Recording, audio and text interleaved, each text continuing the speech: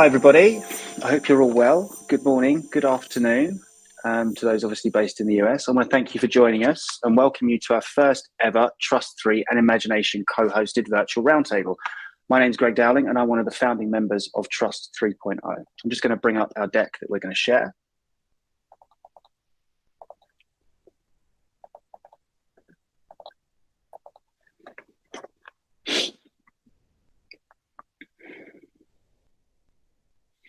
We've got a really good turnout today, so thank you to everyone for joining us.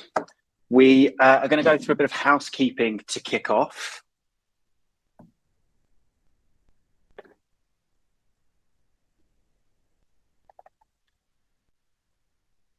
So you may or may not be familiar with Hopin. There's a chat functionality which you can use to connect with each other and suggest questions which we'll pose to the panelists at the end of the debate. A recording of the event will be made available shortly after the session, just in case you have to jump off and you don't want to miss anything. And I'm just going to go through the running order. We have a quick introduction to Trust 3.0. Anton will give an introduction to Imagination, and then there's a State of the Union address for data privacy. Then we get into the roundtable where we have some amazing guests joining us, a Q&A, and then our closing statement. So I know we're kicking off a bit early. We've got a good number of people still joining us. I don't want anyone to miss anything. So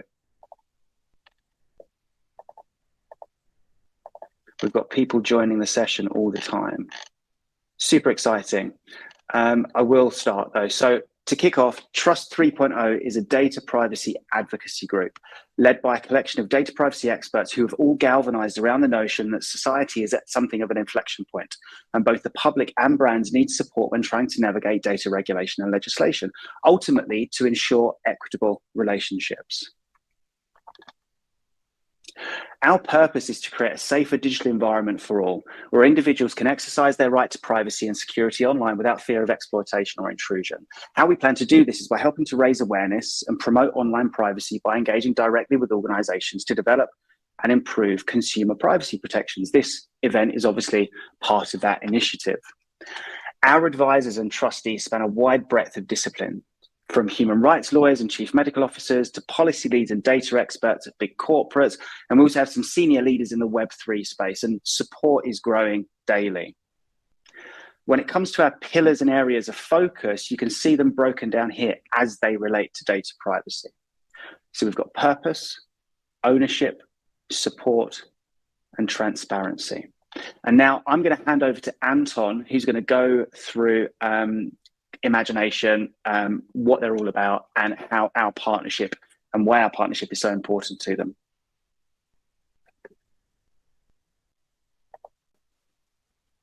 Thanks, Greg. So yeah, hello and welcome to the Trust 3 event. Really excited to have the opportunity as one of the co-founding trustees to really bring to the forefront the challenges and the opportunities that face our industry as these physical and digital worlds continue to converge and collide. And really want to try and help put into context why Imagination particularly is passionate about this. We were founded over 50 years ago. I've always specialized in experience design, helping brands connect with their audience in new and exciting ways. And we're obviously at the moment in one of the most exciting areas. So a bit of background. So if we look at trust in terms of experiences and how that's been impacted by technology, when the World Wide Web was born, physical and digital experiences were completely isolated. They were different worlds. Web 1 was focused very much on utility, community, knowledge discovery, and commerce. And in those early days, while we were worried and consumers and businesses had to contend with ongoing threats of viruses and spam, it was a wild west of what the internet was going to become. With little previous experience to base this on, the rules of the game were being simultaneously invented, broken, and remodeled by the early internet pioneers. With the birth of social media and then mobile came the first opportunities for brands to connect with their audience in new and exciting ways and to target them based on their online activity and interests. this has been a worthy bargain for many, offering a new level of personalization, connection, and accessibility in the palm of your hand. And while governments and standards body grappled with more basic challenges, like preventing cyber attacks or streaming a video to your browser, how your data was being collected, stored, and used was left to the internet pioneers to define. And while many of those standards have emerged as frameworks around it, the way the internet at this point had developed was not really focused on privacy. This has had a profound impact on how we communicate and share information, and actually arguably has reshaped society and geopolitics.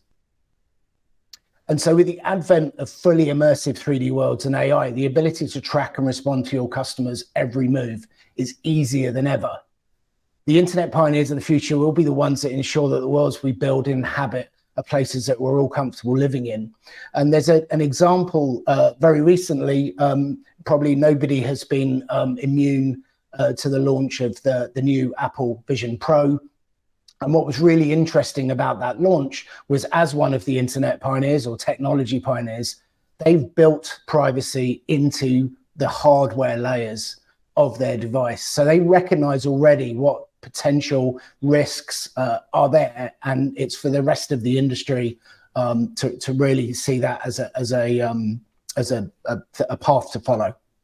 So brands can now create blended experiences unlike anything we previously experienced. That's already possible with a lot of the technology that's available. And as mentioned, things like the Apple Vision Pro and in future, many other amazing technologies, that's going to be even easier and even more challenging.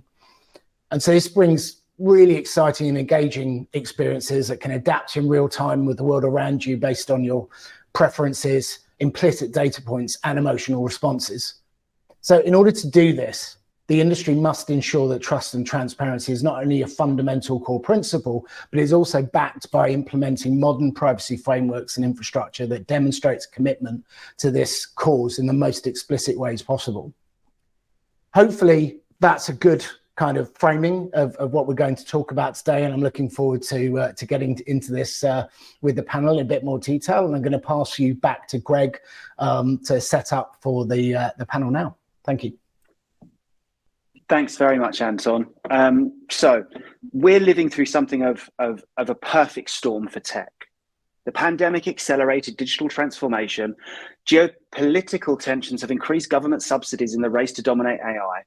And now we stand at the inflection point of the fourth industrial revolution. And with it brings a lot of promise and excitement, but also a lot of uncertainty. And in the race to be first, we've seen corners being cut by huge firms that impact data consumer privacy, democracy, and potentially even our human rights.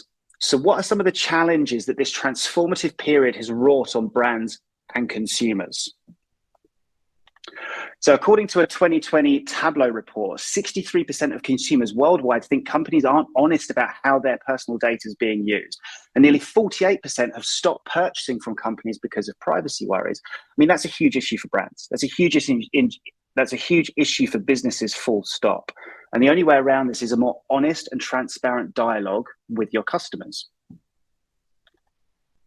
A 2021 Cisco report found that 33% of people they surveyed terminated ties with traditional and online businesses over privacy concerns, which, given the amount of tier one brands that have been affected by data breaches over the last 5 years, is kind of understandable. You may not be able to see this on the slide, but fourth on the list is retail, behind social media, ISPs, and phone companies. So this is a huge threat. This is a huge threat cross-industry. Final one. According to Statista, data breaches have risen 129% in the last 5 years. Some of the biggest brands to be affected have been Under Armour, Equifax, Zynga, Marriott, and Yahoo, with billions of hacked records. So in summary, trust is a fragile commodity. Consumers aren't scared to cut ties, and so brands investing in building authentic, transparent relationships with their customers will be the ones that thrive. And obviously mitigating against potential data breaches is a must. And finally, generative AI will create many opportunities, but at the same time, many threats. And so to help us dig into some of these challenges, we're joined by an amazing lineup of guests. So now I'm going to hand over to Angelika Sharygina so she can kick off our virtual roundtable. Thank you very much.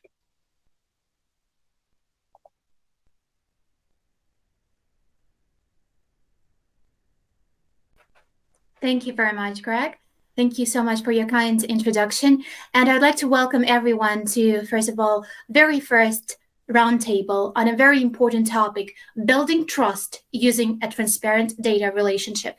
And I'm really honored to introduce amazing guests, industry experts in the field, visionaries. Lydia Knab, privacy officer at one of the largest pharma companies in the world. Adriana Dumitrache, first-party data strategy manager at Reckitt, and Anton Christodoulou, group CTO at Imagination. Thank you, everyone, for joining us today. And I would like to give a little bit of a context here. When we talk about implicit data signals, we mean data such as biometrics, location, interests and activities performed elsewhere, and any other data that has been collected and used without your explicit knowledge in order to deliver the service, and is of course often necessary in order to make the service valuable. So my question to the group is actually, how ethical is it to use implicit data signals when building customer profiles? And I'd love to start with Lydia. Lydia, what do you think about that? As a privacy officer, I always think in terms of what people have consented to, legal basis, GDPR, what have you. And to me, implicit means especially lack of transparency. You cannot have informed consent, and therefore, I don't know if you can have trust if people have not consented and if you are not being transparent about your activities. For example, collecting unique identifiers such as biometrics can be a problem because we know that we will never be able to retrieve them once they're out there. So building trust is, I think, a very important thing. And building trust can only happen when we are being transparent. That would be my contribution. That's a very important takeaway for our audience. Thank you, Lydia. I wonder what Adriana thinks about that. Hi, I do agree with Lydia. It's all about transparency and it's about control. So any consumer data signals, they need to be collected in a way that the company's data practices are transparent to the consumer, so they would know what we collect, how do we use that data, and they need to have full control over when they choose to stop sharing that data with us. So just to give you an example, website behavioral data can be implicit data signals, but they are collected based on first-party cookies who need to be accepted directly by the consumers. What is important is to make sure that the content of those cookies are accessible at all times to the consumers, so they have full visibility on what they're agreeing to share with us. Thank you so much, Adriana. It's super important for users to feel this control, that they can actually have the ownership of their own data. Anton, what do you think about this? Yeah, absolutely. Look, the value of the implicit data to create a really kind of rich experience is obvious. So saying that we can't use it is counterproductive, kind of even can stifle innovation.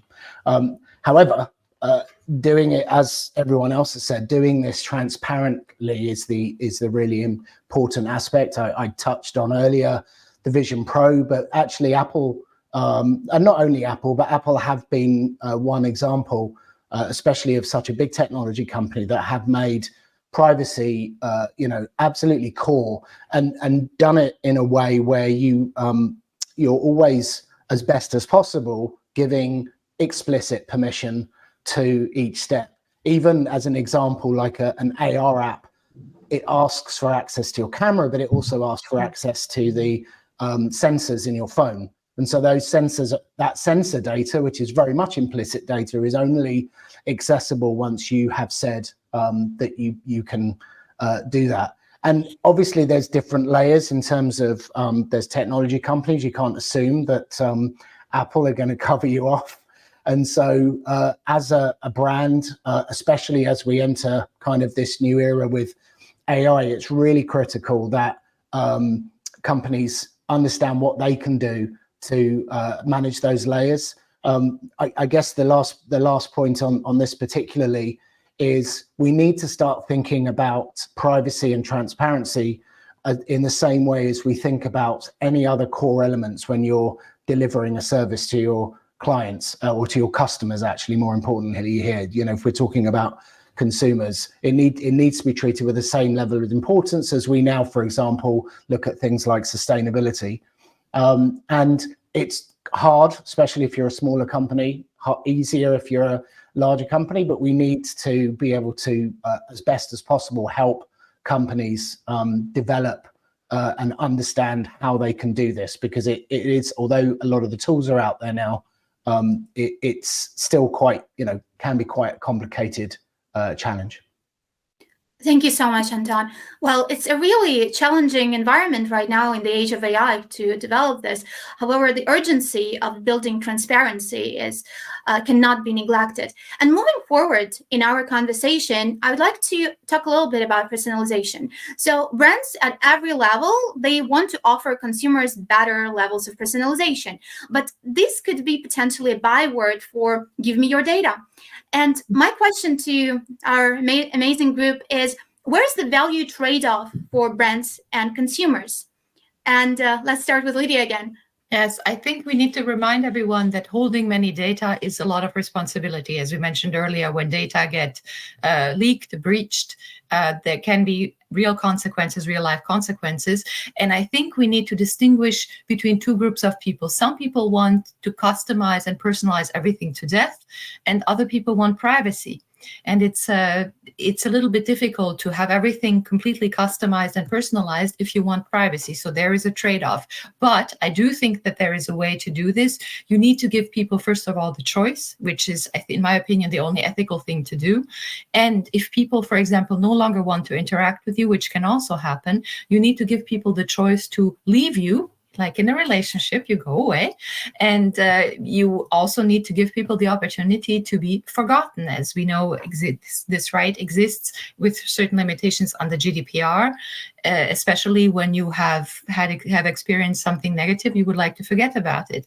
And I think this is the same principle that companies can apply, and always remember the degree of responsibility that they have, because with a lot of data come a lot of responsibilities. That's it. Thank you so much, Lydia. I think this is brilliant, because the analogy with relationship and also the actual choice that people can make and opt out at any stage to opt out of the process, that's super important, and it's quite urgent. So Adriana, what do you think? What is the value trade-off for brands and consumers? Well, I'm going to touch on the relationship bit as well, but I would start to say that, yes, for consumer, it's about tailored content and personalized experiences, and for brands is about more precise targeting of those consumers and optimizing their costs in doing so. But what's important is that the brands need to constrain from using all the data and from sending general communication, and they need to commit to that segmentation and to that personalization that they've promised, so the consumers only receive the information that is relevant to them and that they've opted in for. So I think that's the key point.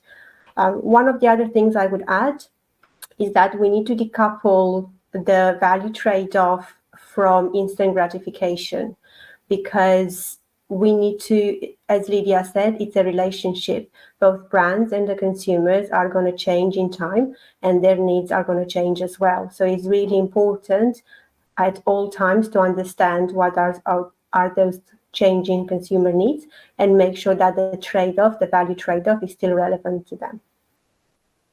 Thank you so much, Adriana. And just before we hear from Anton, his incredible insights on this, I would love to urge everyone to ask the panelists questions. You can just put them in the chat box. So at the end of this discussion, we will be able to address most pressing questions that are in our audience. Anton, to you. Yeah, so I think in terms of the value trade-off, obviously it's dependent to some extent on the type of service that you're using, and therefore the value that you get back from that. I think Spotify for me is a good example, where obviously they're collecting a huge amount of data. I'm personally, and this is where you need to be super careful as I say this, personally, I'm less bothered about people knowing my music tastes. I'm much more public about that.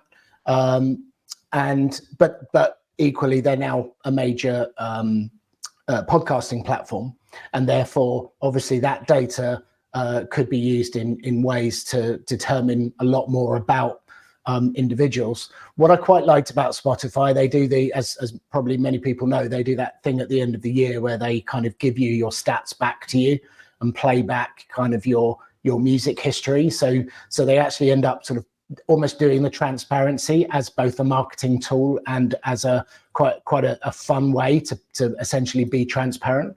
And the other one, which is I think is both essential but was also initially a surprise, was that you can go down and you can download all of your data. Now, most people, even if they do that, are unlikely to look through their entire Spotify history. But the point is that the data is available. You know, arguably in future there could be other mechanisms in there to kind of determine again what type of elements or implicit data points can be collected. But I think, you know, the value obviously of being able to discover new music specifically, or say discover new content of any type is something again we want to be able to enable, but we need to do it in a way where there's that sort of transparent relationship with how that data is being used and what the data is. That's extremely insightful. Thank you, Anton. Because the example of Spotify proves that there is a great path for other companies to actually incorporate this, actually use this as even marketing tool and have the win-win situation for everyone. So as we are moving forward towards the next part of our discussion, we will touch upon the topic that is very important for many organizations, safety and security. And as you saw in the earlier slides, in just 5 years, data breaches are up to 129%, with a big portion of large corporate organizations becoming the victim of cyber attacks. And my question to our experts is, how do you mitigate against data attacks, and what checks and balances do you put in place to ensure that your customer data is secure? And I would love to hear from Lydia first. Thank you. Sorry, Lydia, you're mute. I think this is the most pronounced sentence of the past years. You are on mute. Sorry about that. So I would just say something very simple. I think obviously cybersecurity measures, I'm not going to go into detail about that, but I think we need to, from my personal experience, also remember the small unimportant things. I worked for a company that had I would say a little problem because signups on a website were not properly monitored, and the data were available basically to pretty simply retrieve, and that is what happened. And I think that we often forget about, well, these small things, and it's not always about the big cybersecurity measures. Sometimes it's really small things. It's not about, training your people and telling them. I feel that sometimes you need to also give small, important reminders. And let's not forget that one of the most important, or one of the biggest issues in cybersecurity is what is between the keyboard and the chair, i.e. the person. And we need to remember that it's not always the big bad guys. It's sometimes stupid, simple mistakes, and because someone forgot something. So I think we need to remember that when we think about keeping data safe, not forget the small things that seem unimportant, because that's often how they get in my experience. So that's so important because little details can actually kill all those big security preparations and all the elements in place. So it's so important to look at the small details. Adriana, what do you think? How do you mitigate against data attacks? So I'm just going to quickly give an example of what Reckitt is doing. And being quite a large organization, Reckitt has the luxury of having their own info security team. So I think that's the key there. We've got a team of experts that are performing the due care and due diligence to make sure that our consumer data is held securely. What this means in quite simple terms is that they're working with our IT department to make sure that security principles are applied to all the technology that is using and collecting consumer data, and that we mitigate business risks. So I'll I'll stop there, and I'll say my advice is make sure you've got the right experts on board that can help you mitigate against those attacks. That's very important. Thank you, Adriana. Anton, what is your take on this? I think this is the area where we actually, there is a solution. We need to be really bold. I think it's not straightforward. I touched on earlier in the early days of the web, we were grappling with how to play videos in a browser, and Flash, if anyone remembers that, stepped in, became a huge security risk. And I don't mean to keep referring to Apple, but they were one of the ones that essentially banned Flash. At the same time, those standards were being set. And so, we all take for granted the ability, to use and consume video in a browser. And so I fundamentally believe, and actually I have believed this for a long time, which is why I'm so passionate about it, is that we have to create a proper decentralized framework for customer data, where you own all of your data, be it implicit, explicit, your preferences, it could be extremely granular if you own it. That way, you only share what you need at the moment of interaction with the experience. So if that experience needs a particular set of information, it's very easy for you to share. It's only shared at that point anonymously, if possible. And if we do that from a security perspective, if a bank has billions of pounds in it, it's a great target. I.e., if a data store has billions of records in it, it's a great hacking target. If your hacking target is every single individual, it becomes much, much harder. So you essentially, by spreading the attack vector out to every individual, you're also making hacking much harder. Now, obviously, as those interaction points happen, there will be other data stores. But actually, if we do this right at a web-based level, which is that's the bit that's harder than it sounds, the actual technology and the frameworks exist. There's Solid is one example that Tim Berners-Lee developed, part of Vinrupt, but there are others.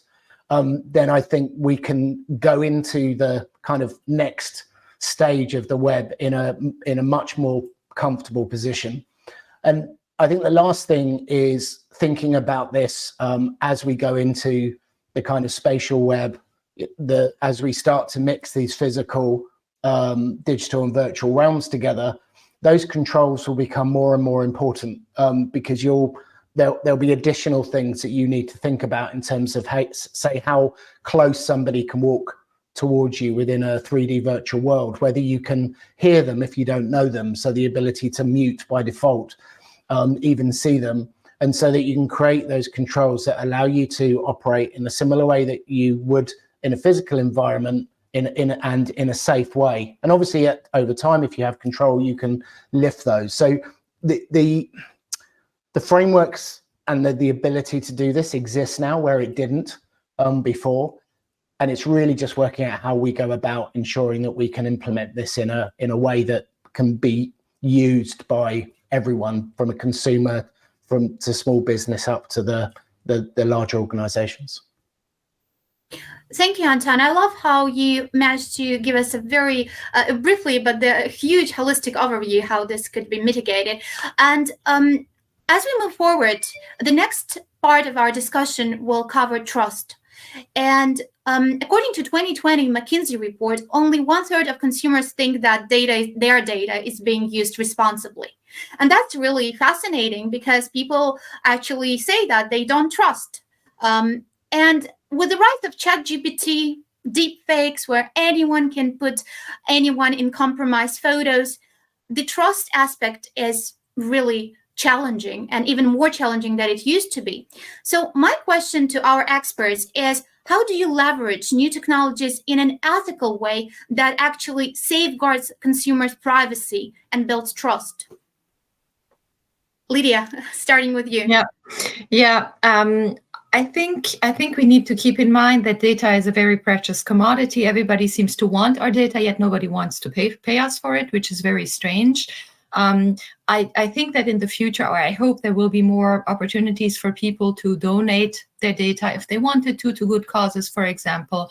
I'm really looking forward, and I'm hoping that there will be more ownership now about the technologies that are about any new technologies. If we talk about AI, it's actually not new. It has been around for decades. So what new technologies are we talking about? It depends, I would say. But first of all, in every technology that is being developed, privacy and also ethics by design need to be included. Now, defining those is not always an easy task. It's very easy to say, oh, privacy and ethics have been included, but what does it mean for everyone? And it may mean different things for everyone. It may also mean different things for different companies.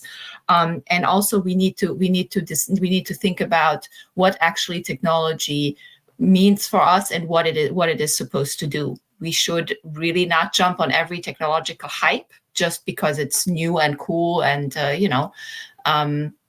we should think whether it's going to be useful. And I think that there are also bigger societal questions to ask for any developer of technology, but also to people: do I really want to use this technology? I hope this, yeah. And I think it's technology itself is neutral. It's the use case that defines the risk. That is, I think, very important. That's very insightful, Lydia. Thank you for this. Well, in today's world, who owns data owns the world. And it's so important to, as Anton mentioned, the decentralized systems are really important these days, and especially the implementation. I would like to ask Adriana the same question. What do you think? So what I would say is that when leveraging new technologies, my advice is to make sure as an organization you work with those vendors and the technologies that follow the same security, governance, and privacy policies, terms and conditions, cybersecurity principles as yourself, because you're entering into that partnership and you are as reliable as that technology or that vendor for any breach or unethical use. And this is one of the things that we do at Reckitt. So going back to the previous question, where I mentioned we've got this team, the cybersecurity and infosecurity team. So we do actually validate every vendor and every technology that is collecting and using consumer data. We want to understand where they collected it for, what's the source, if they got the right consent to pass on that data. And if we're passing our data to them, are they storing it in a safe and compliant way? And it's quite a lengthy and I could say painful process, but it's worth it for the ethical reasons and to build that consumer trust when entering in a new partnership. Thank you, Adriana. Very important takeaway for our audience and great example of Reckitt, how they are handling this in a perfect way. Anton, what is your take? How do you leverage new technologies in an ethical way that safeguards consumer privacy and trust? So I think there's a couple of ways to kind of look at this, especially from a brand perspective. So when we think of things like security, we can kind of automatically mix security with privacy. Security obviously is something, if you're hacked, that affects your reputation. There's a PR impact. I think privacy is slightly different. I think privacy is something that needs to be more aligned actually to what type of business you are, obviously how you're using that data. And I actually think for brands, which I think I've obviously touched on already, is that if you do this, obviously, if you do this poorly, you mess it up, then it can have a very poor impact. If you do it well and you do it effectively, it can actually have a really positive impact on your brand and shouldn't hold back what you're able to do. I think one example I would say where I maybe have some concerns, I don't know the full extent to how it's implemented, but Snap recently implemented a chat AI bot that you can essentially add to your friends. You can add it to your friends group and it almost becomes part of that friends group, which is really cool. It's really fun. The challenge is, and it's particularly with AI-based services, is we are now entering a proper era of mass personalization where these algorithms can make those decisions almost independently. You know, they might have a framework behind it, but they can make those decisions independently. That friend, as part of that group, could say something to either an individual within that group or the group that could cause group dynamics that maybe an AI isn't really capable of really fully understanding yet, and actually is very, very hard to moderate at such a scale. And so I think, depending on what type of company you are, I think you really need to think about and build a sort of charter and a set of guidelines that help you, guide you. So as you're looking at implementing these things, and of course, as Imagination, we're always looking at really interesting ways, and we're currently experimenting with things like AI, is we need to make sure that as we're doing that, we think about what the potential negative impacts are of that, and experiment and learn, and just make sure that we're doing it responsibly as much as ethically, I think, and because it's about defining what that means to you based on the business you're in. Thank you so much, Anton. And that's wonderful to see that Imagination is actually doing this and pioneering this in a way to be an example to other companies as well. I'm shocked how quickly the time went, because it was such an interesting and inspiring discussion. And I'm very grateful to our dear panelists and experts who really took their time to answer the questions comprehensively, coherently, and in a very practical way, actually, so that our audience can use this and take these takeaways and implement in their own businesses, companies, and actually, if they're users, just be more aware of their rights. So on this note, I would like to open the floor to the questions, and I think that we do have a little bit of time so we can devote some time to questions from the audience. So if you have any more questions, you can put them in the chat. And so far, I have a few questions that are and actually not even a few, sorry, because I think that's that this panel generated massive interest among our audience. That's why everyone is asking. So number one question is from Tim. Users and consumers already suffer from an overload of cookies acceptance, password management, and other actions which stand between them and the content. So how do you keep it simple for users who are not privacy experts? Thank you, Tim. This is a brilliant question. And I would love to start with Adriana. What do you think about this? Sorry, Lydia. Sorry, Lydia, go ahead. That's fine. That's fine. So Lydia can correct me on a few things coming from privacy. I'll speak from a business point of view. It is indeed very hard to make it simple for consumers, because the legislation is changing and is enforcing quite explicit consent gathering for all different types of data. So for that reason, the more you want to use data in more use cases, then you need to collect that explicit consent, where you get the number of password management, of cookies, and opt-ins that you need to do. What I would advise is to consider what you want to use the data for as a business. So only collect that data that you need to, and then you only apply the consent that's valid to that use case.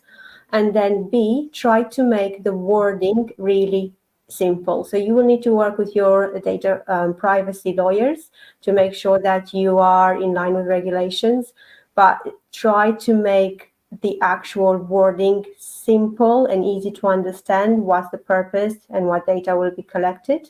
And if you have the capacity to, as a business, try and panel test that with users to make sure that it's the right implementation, and go ahead with that.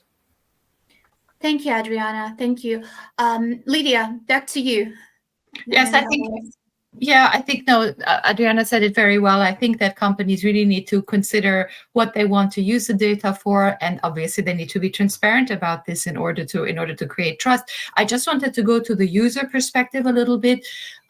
Maybe the users also need to realize that you do not leave your door open, at home. You don't want everybody to look in. It's not that you're doing anything forbidden, but you don't want everybody to look in your house at all times, which is why privacy is important. So the fatigue that people are experiencing, I always tell people, I understand it, but you need to realize that protecting your privacy is very important, protecting yourself, against identity theft, for example. And here I would like to say that digital hygiene plays an important role also on the consumer side. I'm hearing this all the time, cookies and consent and everything. First of all, as Adriana said, there are laws that force companies to do this. It's really, really difficult, it's true. But then I would say maybe for some people, it's important to embrace all of this also a little bit. Yes, sometimes, and you can customize your cookies. You can, for example, customize the cookie settings. And actually, why is that a bad thing? We clean our houses, so we also should invest time in digital hygiene. I know that this is a concept that is not so or not well known by everybody, but it is actually very important. So the consumer should actually, I understand, but on the other hand side, I'm tempted to say this is to protect you actually, against a lot of things that are currently happening in the digital space. So, and make it easy, of course, as Adriana said, easy notices, easy to understand, and also have people who can answer questions. I'm a big fan of, having privacy officers responsible to actually answer questions. I have myself answered a lot of questions by individuals, and it's actually always a really interesting discussion. So people shouldn't. I think people should not be that negative about the cookies and about all of the other things. Again, would you leave your door open? No, you wouldn't. And that is the digital equivalent of allowing everything, leaving your door open at all times. And we don't want to do that, I think. Absolutely. And I think there is a big responsibility for users to invest in this digital hygiene. So this is a very important takeaway. Thank you. Anton, what do you think about this? So yeah, there's a couple of angles, because depending on how you read this, obviously as an individual, it can become quite painful to be constantly rejecting or accepting cookies. When you sometimes reject them all, that makes the functionality not work the way it should. I think one way of looking at it from that perspective is that since we started to introduce things like GDPR and these cookie controls, there have been companies that have obviously had to kind of set up to help with addressing some of this. I think that's going to be an ongoing challenge and an opportunity to make that easier for consumers. As Lydia mentioned, part of it is just, taking some responsibility. There are various plugins, there are ways in which you can, for example, get a robot hoover instead of having to push one round to clean the floor. But as an analogy, or building on what Lydia said, I think there's also the other side, and I'm not sure whether this question is specifically only about consumers. As a business, it's a challenge for us as well to make sure that, our own website, for example, is not we use it mostly to demonstrate what work we do. Obviously, we build a lot for our clients, and so it's hard for us as well to be able to make sure that the right controls are in there. However, I think that's super important that we do that.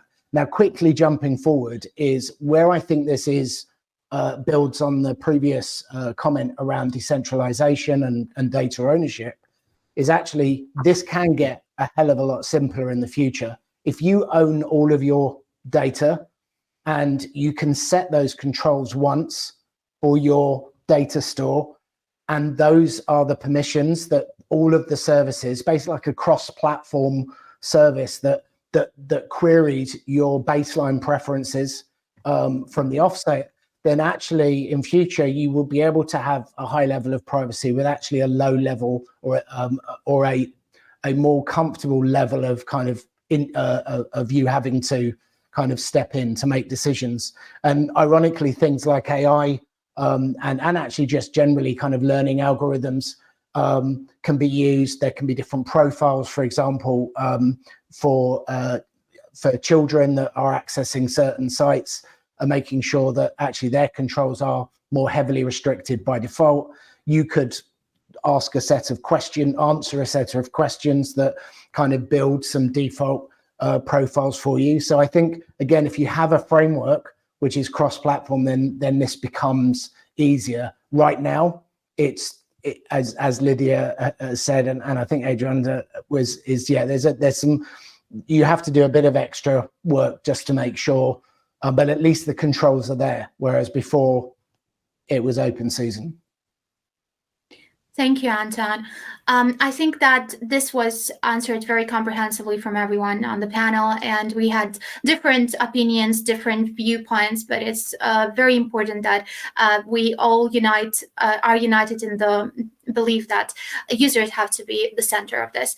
And second question is actually quite interesting, because Zainab, she asks us about, actually, let me just read it out. Zainab said that Google is moving towards a cookieless future in 2024, and it means trying to build more personalized relationships with your customers. What cookies future means for brands and relationships with customers? So maybe Lydia? Well, first of all, we're talking about the first-party cookies, about the third-party cookies. So I think people really need to chill out about this, because Google is not going to be banning all cookies. First-party cookies that track very basic things will still be allowed. This is about third-party cookies. I do think that there is also a bigger fight between the tech giants going on. Apple is fencing off everything. Then every company now talks about privacy. First of all, I think there are many, many other ways to track people. You don't need cookies to track people. And this is really about the third-party cookies. People always need to remember that, not the first-party cookies. So I would not be as concerned, about that. Adriana, Anton, what do you think? So I would say it's about creating that one-on-one relationship looking to get different consumer data signals. So if your entire marketing was relying on cookies, can you create a strategy where you start collecting first-party PII cookies, so personal identifiable data, and start learning about the consumer that way? That is more powerful than cookies and anonymized data, but in the same time, it's a lot harder to gather. And one very important thing you have to consider is the value trade-off. So when consumers give you more personal data, then they want a better value trade-off. They want more trust that you're going to use that data responsibly. But that is one of the potential futures. So I start thinking about, do you want to collect consumers' data in a different way?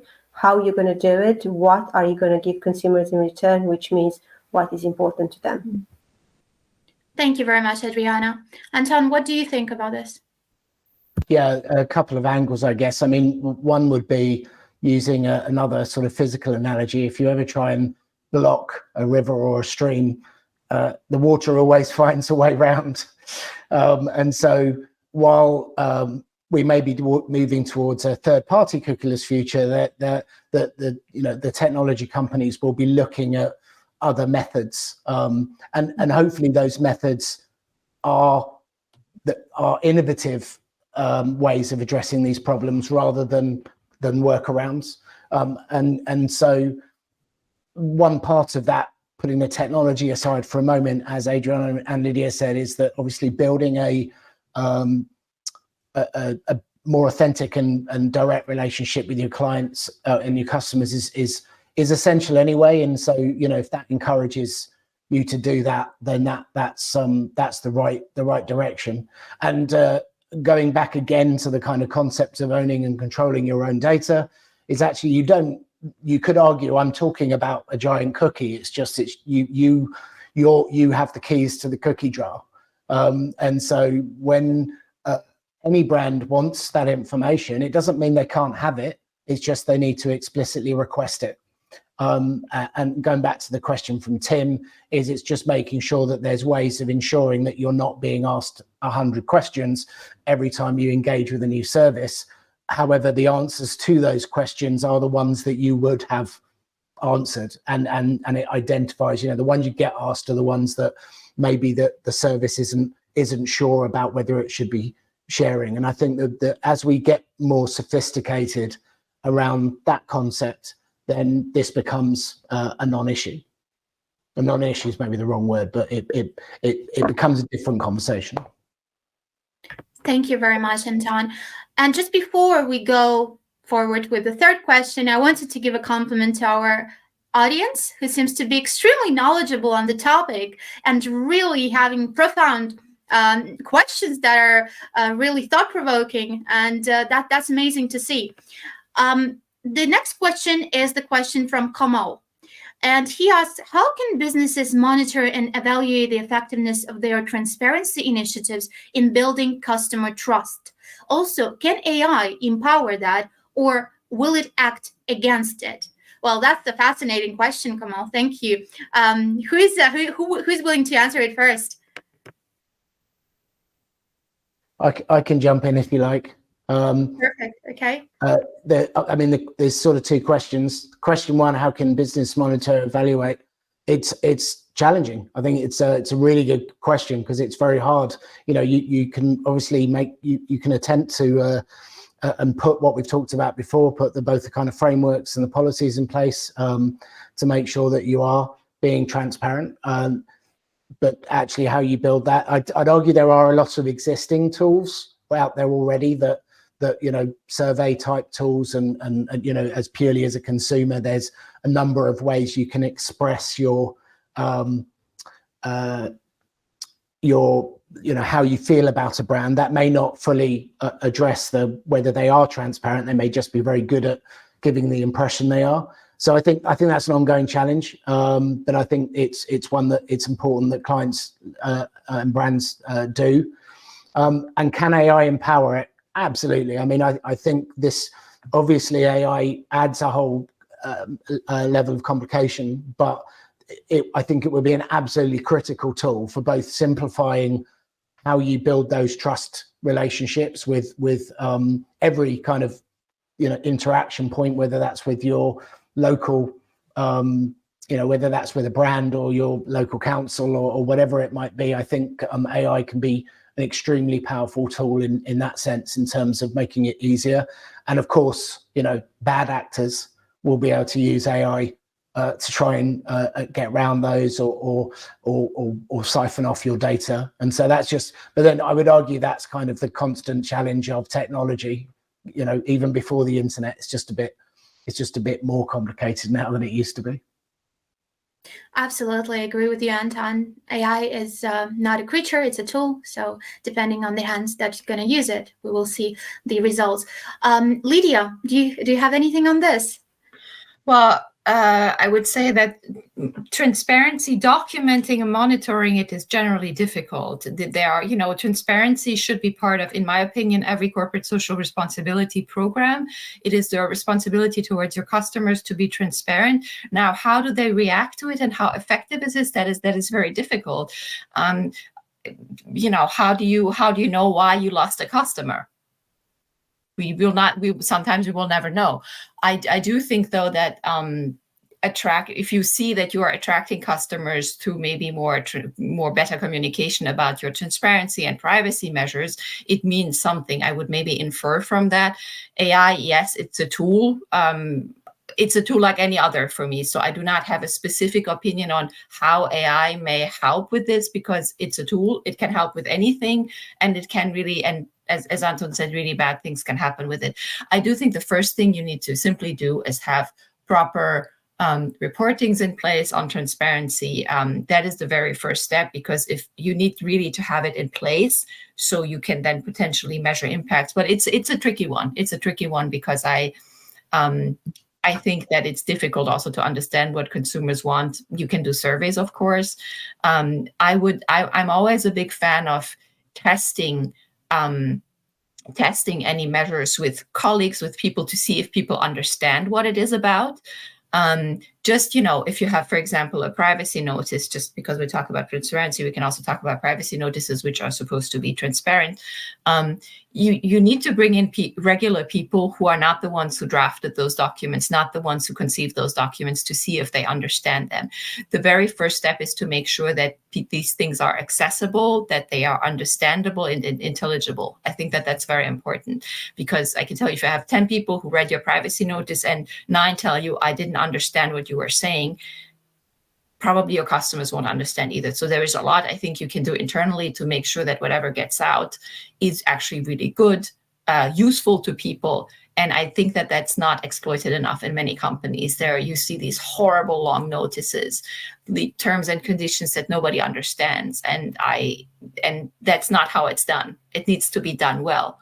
And then we can talk about how to measure it, which is really, really a challenge. But first of all, let's do it well, I would say. Absolutely. And especially with the use of language, sometimes it is so vague. And to understand the point, you have to go through the page number 30. So no one has that time to do this. That's why it's so important to keep it brief and to keep it user-oriented. Adriana, what is your belief? What do you think? How can businesses monitor and evaluate the effectiveness of their transparency initiatives in building consumer trust? Just probably 1 or 2 points to add to the rest of the panel. They are perfectly on point on this topic. It's, I think, stepping a bit back and understanding what does effectiveness mean for the company. So first of all, set your KPIs. Effectiveness means more people opting to talk with you and share data. Effectiveness means that people understand. They do so because they just want to get to the value exchange, or do they actually understand? So you just need to set your KPIs. And then in terms of measuring it, yes, you need to have your reports in place. And I'm a little bit more old-fashioned, so I would say go and talk with people, do those panel research, and don't do it just once. Do it constantly, because you're going to onboard new technologies, you're going to change your privacy policy and terms and conditions. So you always need to make sure that you keep the same standard. Thank you so much, Adriana. Very on point. And we have one last question. And before I ask you, I wanted to say thank you, Tanvi, for asking the question that is very close to me, because it's about bias. And that's the topic that I'm researching, bias and misinformation. So the question is, researchers have identified massive data gaps between genders that are further perpetuating the male biases in society with the growth of AI. What roles do data security and decentralization play into this systemic oppression, and how can we responsibly address and mitigate this problem? That's a very thought-provoking and important question today. Who's going to be the first to answer? I can. So because I'm working a lot on AI currently, I guess everybody else is as well. So so we all are. First of all, I would say the question mentions data security. In my opinion, data quality is also something that needs to be mentioned here, because any output you will have that will contribute to, as the question mentions, to gaps between genders, gender imbalance. Also, we see this in healthcare as well, where, for example, clinical trials have traditionally been focused on certain groups, whether it be ethical or gender. And the results are based on certain groups that the trials have focused on, which are not necessarily representative of the whole population. The same for the effectiveness of drugs. So to me, it all comes down to quality data. And guess where you're getting quality data from? From a relationship that is based on trust with the customer and with maybe people who you are enrolling in your trials. I'm saying this because I work for a pharma company. So yeah, data quality, I think, is where it's about. And also, of course, thinking about, diverse creators of AI, I would say, not just have the same population groups, programming and developing algorithms. I can recommend to everybody to read Timnit Gebru's work on this. I think it's very relevant. Data quality from quality relationships, which is what privacy should be about. And I think that's an important part. I don't know about data security itself and decentralization. yeah, to me, it comes down to quality. I think that's the very first step to get things right, and make sure the right people are involved also, when no matter what you develop. Thank you very much, Lydia. Very, very comprehensive answer. Anton, do you have any thoughts on this? Yeah, so this has been a really interesting one. We've seen examples just in some of the relatively simple tests that we've been doing using these technologies that have kind of manifested themselves quite quickly. So obviously there are a number of studies out there. And a friend of mine, I really like this kind of definition, is he described AI as meaning anthropological indexing, because essentially AI is a mirror.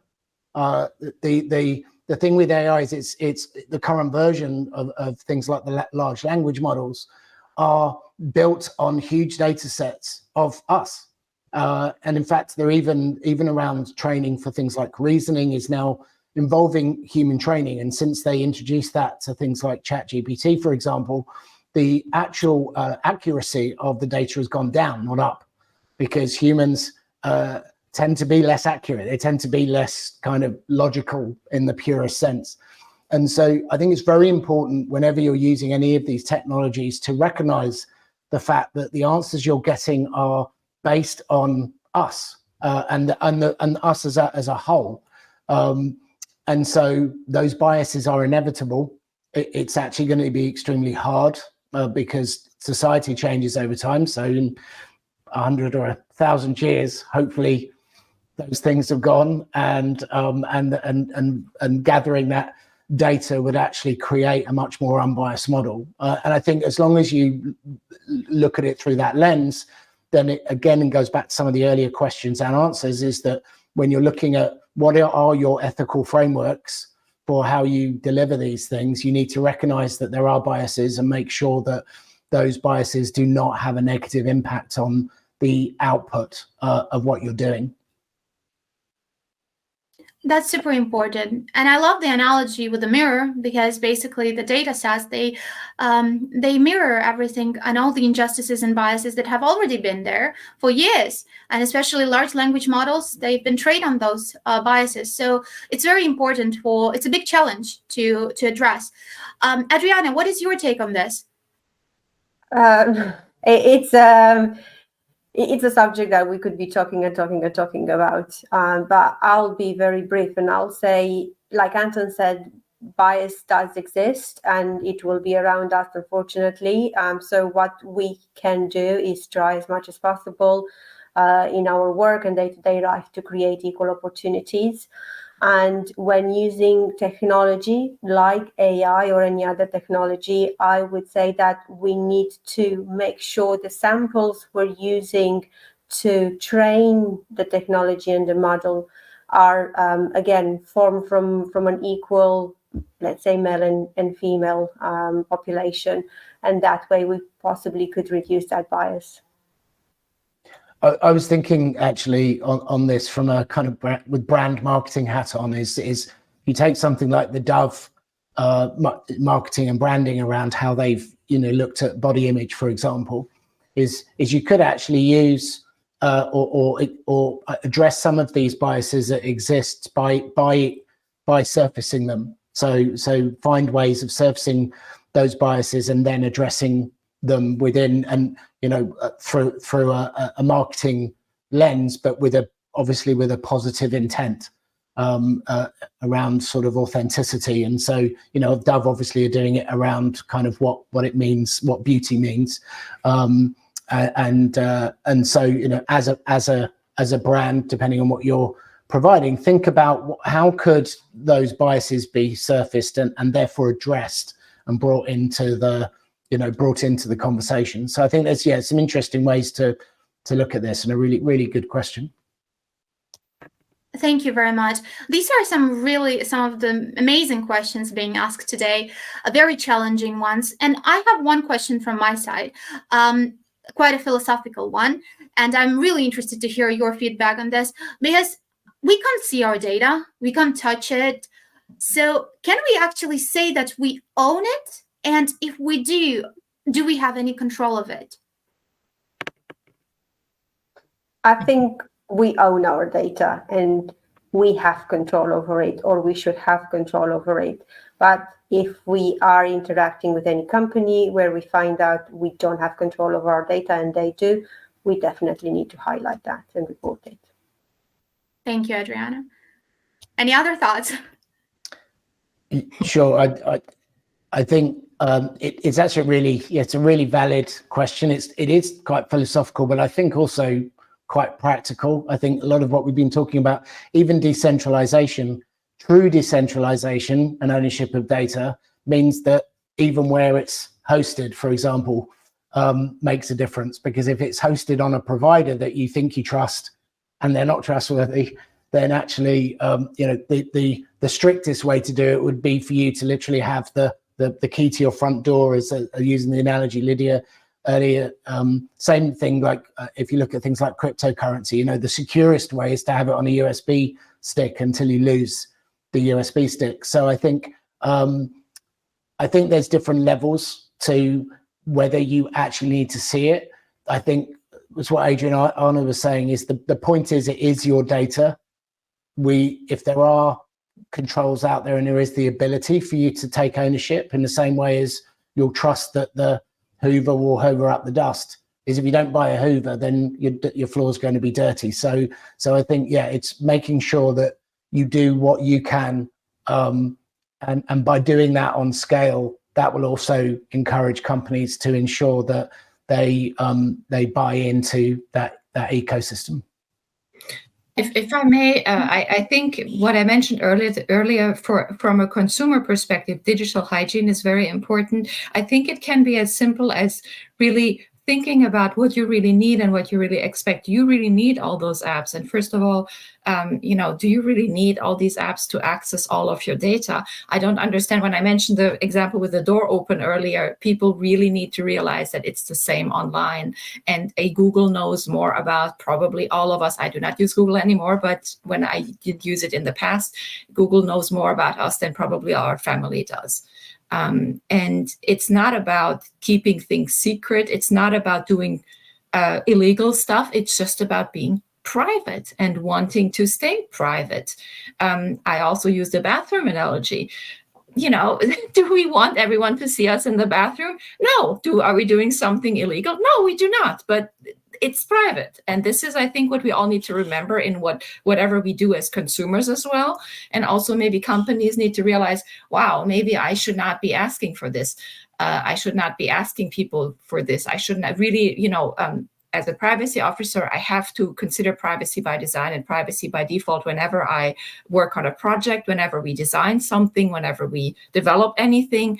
And I think that this cuts both ways. People also need to realize that, not every company is going to look out for you. So maybe you should think twice before downloading those apps. But then the company who is providing that app should maybe consider, wow, nobody is downloading my app, or some people are not. Maybe there's something I can do better. This is it's also a constant dialogue, also to position yourself and really thinking about what the consumer would want, not just, I want all the consumer's data. No, does the consumer really want to give me those data? Should I really be collecting it? Is it the right thing to do? These are questions that need to be asked. I see that we have another question. I don't know if you want to answer it.